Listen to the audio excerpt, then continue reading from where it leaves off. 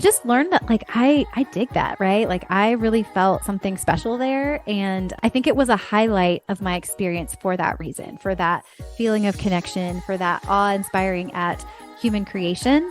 It was like fantasy come to life. Like if I was going to imagine what temples could be like, it was like I would have designed Angkor Wat, you know?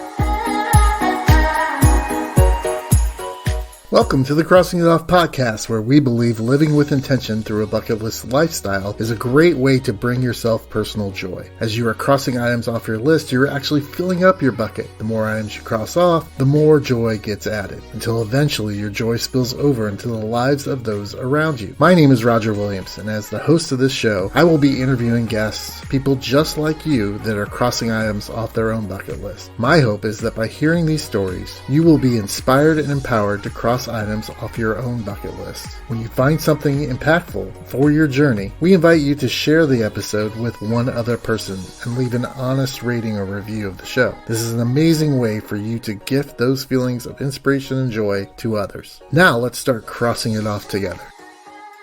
Welcome, everybody, to another episode of the Crossing It Off podcast. I'm so excited to have my guest here talking about this item that she crossed off her list. I have had it on my list for a real long time, so I'm excited to hear her stories about it. So, Katrina McGee, describe yourself as unconventional, inspiring, positive, and brave. Katrina, welcome to the show.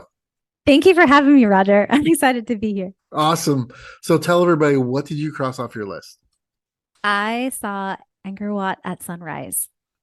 Yes. I see these pictures on Instagram all the time, but I've been having a desire to go there and do this myself for a long time. So explain to people what Angkor Wat is if they may not know what that is and where it is. Yeah, so it's in Cambodia. It's I don't know if it's technically in Siem Reap or right next to Siem Reap, but you go to Siem Reap, that's how you get there.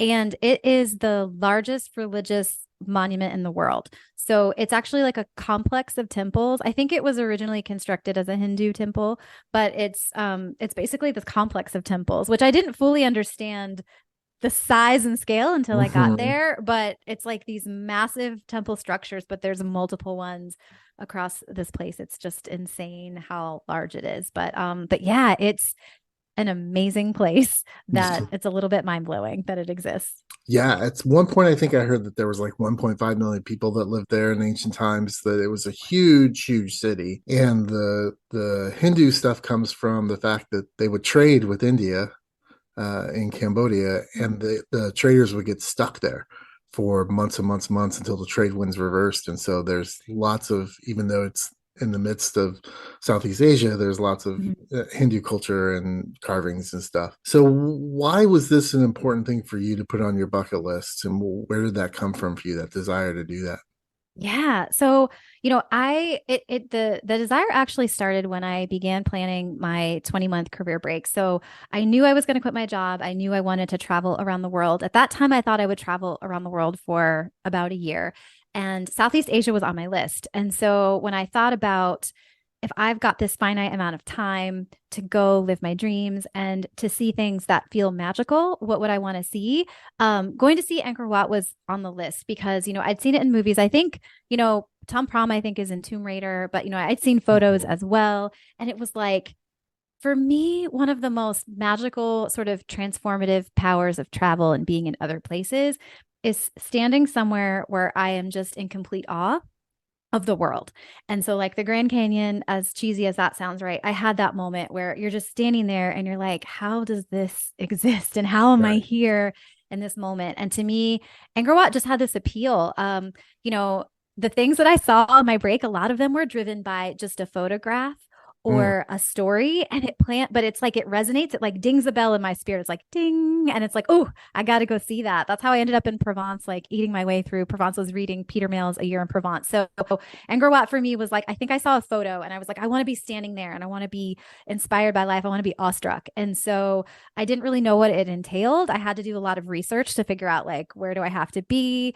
You know, what's a great time to do this? Like what's involved in actually seeing Angkor Wat at sunrise? Spoiler, it's early 30 when you gotta get there. It's like so crazy early. There are so many people that are there. You don't see them in the photo, but there's like a whole entire bustling crowd of people that will be waiting with you. Okay, so let's slow down just a little bit. Yeah, yeah, yeah. I can sense how excited you are, and I think that's awesome. You mentioned that you took a 20-month hiatus from work, what I would call an adult gap year. I sure did. And so where did that come from? What inspired you to do that? Or what caused that? I mean, Yeah. for Yeah. me, it was a heart attack. What was it for you that you decided that Yeah. I'm going to take this time off and feed myself, feed my soul? Yeah. Oh, I love the way you said that to feed my soul. Um, I don't know if you can relate, but I was basically became very aware I was living a life that I didn't even really want. And I was trying to be really good at a job that I didn't care about.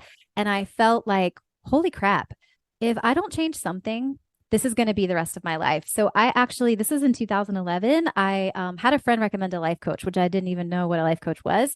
And I worked with her. And it took me 6 months of unpacking all the shoulds around my job and money and what success is. And I was sitting on her couch and I just had this epiphany while trying to find like a third career because I have an MBA, like a career before, an MBA, and then a second career after. I had this epiphany and a voice inside my own brain was like, you don't want another job, you want a break. And it was like, hell yeah, I want a break. I want Mm. to travel around the world. And I talk about seeds being planted with books and photos. And, I think again, as cliche as this might sound, when I read Eat, Pray, Love, it wasn't necessarily the story, but it was the fact that this adult woman actually gave herself permission to leave her life and just go travel. And I thought I missed my chance. I didn't get to study abroad when I was in undergrad for financial reasons. And so I thought I missed my chance. I thought I missed my chance for a gap year. I thought I missed everything. And it was like, this is just my life now. The best I can hope for is a vacation where I get to travel abroad. But she broke my brain a little bit. And I kind of had to push it away and bury it because it seemed so crazy and so scary. But there was something about this part of me that always wanted to see the world and hadn't, that was like, crap, girl, you gotta own this. You want to just take a break and see the world because you can't do that in your 10 business days off a year in your corporate job. And my life didn't feel aligned. So for me, feeding my soul at that time became save some money. I had $1,500. So I had to work real hard to save. I saved 40K in 18 months. And then when I had my 40K, I was like, okay, I'm out. I'm traveling and I'm going to be gone until the money is gone. So, what do you think caught you in that bubble that you so desperately wanted to break free from? What was it? Was it society? Was it parents? Was it your friends' pressure? What was that thing that like caught you in that matrix Yeah. of doing the grind? Yeah, I think it was two things. One, growing up with very little money. So it was aspirational to have Mm. a job that paid well, that let me take vacation, that let me eat out, right? These are things that I saw other people in my life, friends and things having. And I was like, I want that for myself. And I want to feel that way. I want to feel abundant. I want to feel rich, right? So it was like corporate was the easy way to get to that path. It was the way people told me to go. And I think number two, I was my parents' oldest, like my mom's oldest, and I love following rules. I love being a good student. I love getting the A. Check, check, check. I'll check all those boxes. And so for me, I think there was something about achieving that vision and feeling like I have to be doing everything right because everybody is applauding me and telling me I'm doing it right. And so this feels good. That validation feels good. Like I don't even know what I'm doing, but I know it's right because everybody in society and my family, like people are looking at me going, you're doing great. And that feels nice for a while, Sure. right? It's its And own then eventually, feedback loop, right? It's its own yeah, it's its feedback own loop. feedback loop. Yeah. Yeah. But at some point, you're like, I'm doing everything right. Then why do I feel so empty inside? And Mm. why does it feel hard to get out of bed? Why does it feel hard to believe that life can be good again? Why does it feel hard to remember a time in my life when I just felt joyful about being here on this planet, you know? Mm. Yeah, for sure. And so let's go back to Sam Reap and Yeah. into Angkor Wat. What does it take to get there? Yeah. Yeah. So I had arrived on a round trip ticket into Singapore. So I decided to travel Southeast Asia for 3.5 months. So for me, Cambodia came after Vietnam. So I almost didn't go to Vietnam, but I'm so glad I did because it was amazing. But I landed in Hanoi and then I spent 3 weeks traveling from north down to south. And then I Oof. got to Ho Chi Minh. It was incredible. It was so amazing. But I got to Ho Chi Minh and I was like, okay, Phnom Penh is not that far away. I guess I'm taking the bus. which I was really nervous. I had never done like a land border crossing in Hmm. a foreign country at that point. Like I'd always flown in. And so I'd read a lot of horror stories about like scams and Yep. stuff. And it's like, you don't speak the language. Like they're going to pull you off the bus and put you in the special line and then tell you it's like $50 for you to Right. get Yep. through. I've heard those. Yep. And so I was very scared, but I'm on the bus, like going across the border. And then it's time to get off and like walk through the thing and then get on the next bus to cross into Cambodia. And I remember they put me in a special line. There were like no people. And I was like, damn it, I fell for it. This is happening and I can't do anything about it. But then at the end, they didn't charge me anything. It was like they were just being not, I don't know what they were doing, but they didn't charge me anything extra. So it was very easy. I was very nervous, like sweaty, scared, like this is going to be so bad. It was very easy. So I ended up in Phnom Penh. So when I was in Phnom Penh, I was there for about 5 days, and then I decided to go on to Siem Reap, and I ended up just basically like organizing a shuttle there, like to ride there because that Right. seemed like the easiest thing to do. So I had like it wasn't private, but it was like a mini shuttle in a way, and so I took it to Siem Reap, and I arrived to Siem Reap with no idea what to expect. I didn't know Hmm. if it would be like city like or town like. I was shocked at how populated it was. Like it had lots of restaurants. I mean, it makes sense, right? Like my logical brain can say, yeah, lots of people pass through here to see Angkor Wat, like of course. But I didn't really know a lot about the town before I ended up there. And so I was astounded. Like there was all kinds of stuff and it had kind of like a slightly hippie bent, kind of maybe like Bali for some of the places. Like I ended up doing like an intuitive reading with this healer woman. Like there were lots of things like that going on in the town. But I basically arrived completely like not sure what I was getting into. So the one thing I did as a solo woman traveler when I would Yeah. arrive somewhere, I was going yeah, to ask that. You're doing this solo. You're doing all this solo. yeah. Wow. Okay. hmm Yeah, Keep doing it going. solo without a lot of extensive travel experience. So on certain countries and certain cities where I felt like, I want to be safe, I want to be smart, I would start with a hotel because I figured the staff would always be there. There would always be someone I could contact if I, Hmm. come home from dinner and something is wrong, or if I need something in the middle of the night, or if I got sick. So I ended up like just looking on TripAdvisor and I found this amazing hotel. I think the word banana was in it. I can't remember. But it was epic. Like it was so affordable. It got glowing reviews. They had like one spot left and they were the kindest, sweetest people. And so I checked in there and I told them as soon as I checked in, like, I want to go see Angkor Wat. I want to see it at sunrise. And they're like, awesome. We'll arrange like a tuk-tuk driver for you to Hmm. take you to see Angkor Wat. And what I had read also in the scam section of all those travel blogs, sometimes the drivers don't show up. Sometimes they say they're going to take you there and they don't. So it was important to me to find a great hotel because I was hoping they were going to recommend Yeah. great service providers, and they absolutely did. Here at the Crossing It Off podcast, we are passionate about inspiring you in your bucket list lifestyle and empowering you to live out your list. We offer many resources to assist you in your bucket list journey, such as web resources in the show notes, bucket list mentoring services, my book Live Out Your Lists, a private Facebook group for you to share your bucket list success stories with others, and more. All of these can be found at crossingitoffpodcast.com. Find the resource that fits your need so that you can live out your list. Now back to the show. And so describe what a tuk-tuk is for people that may not have experienced that in their lives before. Yeah, I know. Like it's like I don't know, would you call it like a little like a one-man powered buggy? It's like you just hop in and you just motor on around. Yeah, It's it's kind of kind like a of motorcycle meets a buggy. I don't know. yeah, it's like a moped meets a cart.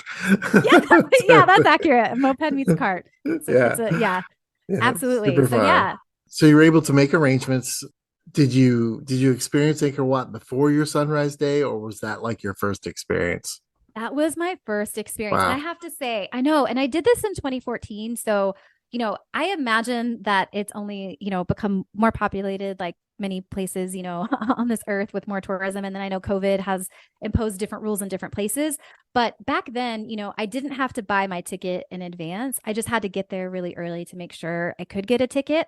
And I felt like I'm going to go see this magical place, but like I want to see it at sunrise. So I didn't do any pre-work, any like going to get the tickets. I didn't go see it the day before. It was like I'm doing this thing and I'm doing it Hmm. full out. And so I had to wake up at like 3:30 in the morning. I think I was on the tuk-tuk at like 4:15 or something like that. It was crazy early, and we're just tuk-tuking out into the middle of nowhere.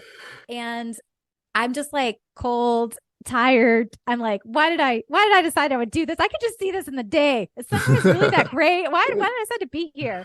But then, we pull up to the gate and it's kind of like, when you pull up to like an amusement park or something, they got the little window and you get the ticket and they give you a pass. I can't remember exactly how the photo worked, but like they had a photo of me, they give you a pass and it's like good for the day. And I just remember thinking like, I feel like something big is about to happen. And Mm, so he dropped me off and then you have to wander to the spot. And the most popular spot, which is probably the pictures you've seen, is the main temple in front of the reflecting pool, because as the hmm. sun rises, you get Angkor Wat plus the reflection of Angkor Wat, which is really gorgeous. But I got there and it was pitch black. I mean, to get the sunrise picture and not have people in it, you have to get there so early. It's like really way before sunrise. And so I'm just standing there in the cold, in the dark, being like, I hope this is worth it. I hope this is worth it. I can barely see anything. I hope this is worth it. And then the sun starts to come up and you're not really aware that it's happening because it's like very slow motion, but you really see the temples and then the sun really starts to come up and it is so beautiful. I would say it's like, man, it was incredibly gorgeous, but it's also, it was totally awe inspiring to know that Mm, like human hands created that. You know what I mean? yeah. You're with a lot of people, right? I mean, I think, So many. yeah, I love that Instagram reel where it's like Instagram versus reality. Yeah, And versus reality. Exactly. That's definitely one of those. I've seen those ones for Angkor Wat where it's like, oh, you see the sunrise, you see the temple, but then they pull away and there's hundreds of people around. What was that part of it like for you? Did it enhance the experience or did it take something away? Honestly, I feel like it took something away. Mm, I blame myself, right? Like for not having adequate expectations of what that would be. But, this is like, gosh, 8 years ago. I'm not hmm. even sure. I definitely didn't have an Instagram account. I don't know if Instagram was really a thing back then, but I didn't really fully know what to expect. I hadn't done like all this research on it. And so seeing the massive number of people, it was like you were sharing a moment with them, but it's supposed to feel really serene, right? When you look at those pictures, it's a temple, it's a reflecting pool, it's sunrise, like it feels so serene. And it just, you hear click, click, click, click, click, click, click, click, and a bunch of people and all the things. And it's like, I don't know, there was something about it where I wasn't fully in the moment. Like when I went to the Grand Canyon and I stood on the edge, I didn't go during busy season. I just was like there. It was like me in the Grand Canyon having a moment. And I Right. don't feel like I got that moment with Angkor Wat. But it was magical. But at the same time, it was like you couldn't not be aware of the people surrounding you. So I think it pulled me out of the present moment a little bit. Is it something that you learned like that you could have done differently to like make that? I mean, nobody wants to go there in rainy season, of course, but like, is there a better time? Could you have done more research to make that a little bit better experience without several hundred people there with you trying to experience it all together? I'm sure. Yeah, I'm sure I could have researched like a better time to go. I believe I was there in like September, October. So it like was a little bit rainy. I don't remember if it was Hmm. rainy season. It wasn't like pouring or anything, but like there was rain that day. But I didn't want to go during peak season either, which is the dry, happy, like happy Right, time. right. So I feel like if Angkor Wat was my sole thing, if it was like the highlight of that whole trip and the one thing, I could have definitely planned better and to maybe even there would have been a better day of the week to go. However, Hmm. there are a ton of people and I was sort of like freestyling that part of my trip. Like I knew the things I wanted to do, but I wanted to give myself permission to stay in Vietnam longer if I loved it, to leave sooner if I hated it, to go to Thailand and see wherever I felt inspired to go. Like I ended up taking a day trip to Chiang Rai. So I wanted to have flexibility. So yeah, so I think I did it the best I could given the constraints I had. But if it's like at the top of your bucket list and that's why you're going, absolutely research like peak season, rainy season versus dry season. I imagine there's probably also some tour or something you could pay for where they might give you like a special viewing place. You know what I mean? I feel like those things exist for Oh, I'm everything now. sure. Oh So yeah. yeah. Oh yeah. Any way to make a buck. As long Yeah. as the buck stays local, I'm good with it. So how much more time did you spend in the space? Was it just one day and you took off, or did you spend more time? Did you see other things? And were there things that blew you away, unlike maybe the sunrise did with all the people? Yeah. So again, ginormous. I did not Mhm. know how big it was. So I did the sunrise thing and then you walk through the temple like once they open because they open early, but it's like, you do the sunrise pictures and then you go into like the actual temple and walk around. So I did that, but then I'm there and I spent like a lot of money and time to be there. So I'm like, let's see, what else is here. And I'd heard about Bayon Temple, which is the one with the faces. And Mhm. then also because of Tomb Raider, I knew about Tom Prom, which is the one where the trees have like grown into the temple and it's kind of crazy. So I decided I was going to go see those. And I remember walking to Bayon. I mean, this place is so big. It's like a city. Like you said, it's Oh like a yeah. city. And so I walked to Bayon. I walked around. It was incredible. The face, wow, that was a lot. That was awesome. And I was exhausted. And I was like, I need a freaking tuk-tuk driver to get me to this other temple because it's like far away. And so I hired a tuk-tuk driver. I was being cheap, but I was like, I'm not being cheap with this. And he drove me around through, like, we passed different temples, just kind of like looking at them. And then I did do Tapram and got to walk through that. And it's incredible, like, just to see how nature has like reasserted itself over the temples, but they kind of coexist together in harmony, or at least seeming harmony. Mhm. But yeah, I was exhausted. I spent the first half of the day walking and then I was like, I can't walk anymore. And I just let the tuk tuk driver drive me through and like show me some stuff and get out and take some photos. And then I went back and I think I had dinner and went to sleep and I slept hard Yeah, that I bet. night. Yeah, but I did decide to stick around. So Siem Reap, like I said, was bigger and busier than I thought. And it was just a really comfortable place to spend a few days. And so I think I was there 3 more nights after Angkor Wat, just kind of wandering around. Like I said, I went to see an intuitive reader and do fun things like that. I moved into a hostel and I met a couple of cool women. And so we would go out to dinner or like Nice. walk around and explore the town. So just making the most of it.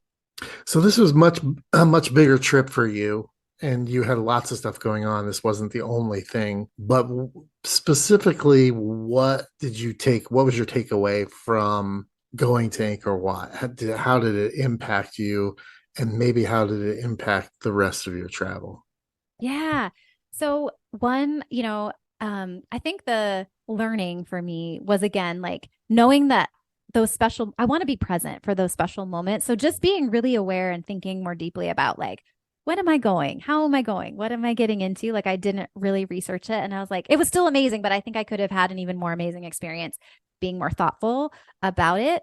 But I also felt like, that day was like me hanging out with a bunch of really incredible architecture, like things people had designed. And I didn't, I had a lot of amazing experiences in Southeast Asia. A lot of them were food related, but that for me was like really special. And I think, what made it special was just feeling like I was in this place where it's almost like you can hear the hum. I remember being in one of the temples and it was like almost like an Indiana Jones movie or something, but like you hear that hum, that gong sound playing, and it just felt so like deep and there was so much gravity and it felt kind of sacred in a way. And so I just learned that like I dig that, right? Like I really felt something special there. And I think it was a highlight of my experience for that reason, for that feeling of connection, for that awe inspiring at human creation. And it was like fantasy come to life. Like if I was going to imagine what temples could be like, it was like I would have designed Angkor Wat. It's awesome. What is something that you would tell somebody that this was like, they said, I want to go do this? What would be one thing besides you got to go do it? What's one thing you would tell them? Get a tour guide. Yeah, get a tour guide. I missed so much because I thought just seeing the buildings would be enough and it's a lot. But I feel like there's so much I missed by not understanding, the history of how it came to be and then also the dynamics because I'm sure that the stories it has like it's changed hands. I'm sure there have been like influences and power struggles like all of history. And I just felt like I got a two-dimensional view of this awe-inspiring structure instead of a three-dimensional understanding of it because I didn't have like a tour guide. I thought just going there and wandering around and taking photos and absorbing it, firsthand would be amazing. And it was. But I would tell somebody, get a tour guide, like know what it is you want to get out of it, and then get a tour guide that can like help bring that to life for you. Katrina, what's something else that you want to cross off your bucket list? Yeah. Okay. This person who's been to 40 countries has never been to Hawaii. And I feel a call to go to Hawaii. And the part of the reason I haven't is I don't feel like I was ready for it. Like I didn't feel so excited. But over the years, like knowing more about the culture and the history, and the landscape, like I want to go. But I also feel like it deserves so much time because you've got all the islands and it's far away. And it's like, if I'm going to go there, I really want to be there. But lately, I've been learning a lot more about, like, well, I won't say a lot, but I've been learning more about the history, the culture, kind of the oppression and things that they faced. And I just feel this desire to go learn. So it's like I want to absorb the beauty of it, but I also feel like there's so much to learn. And so it's definitely on my bucket list. It's like at the top. I just have to find, the right time to go and to save for it because I imagine it's not going to be cheap. But I'm excited to go like learn some stuff about culture and history in, like a country that I'm from. And I just feel like it's time. So that's at the top of my list. That's awesome. It's conscientious touristing, and I think that that's super important nowadays because although we have a big, beautiful world to go out and explore, it only has certain finite amount of resources for us to do that. So yeah, there's a lot of stuff people can go out there and read about Hawaii and the desire for locals to slow tourism a little bit and not just have people come and consume. So I like that idea of learning. Katrina, where can people find you on the internet and the interwebs and stuff that you do there? Where can we get you a hold of you? Yeah. Yeah. You can find me on Instagram, K McGee Coaching. And I hang out there. I share stuff. I share travel stuff. I share career break stuff to inspire people on how to like quit their jobs and have fantastic adventures. And then you can also find me on my website, which is kmcgeecoaching.com. Awesome. Thank you so much Yeah. for being here and sharing that. I enjoyed, from my point of view, getting to hear someone's personal experience with it. I've, done lots of deep dives on YouTube and all that kind of stuff because it is something I want to do. But it's always great to hear somebody's real life story behind it. So thank you for sharing and being vulnerable with that. Katrina, thank you so much for being here. Thanks, Roger. This was so fun.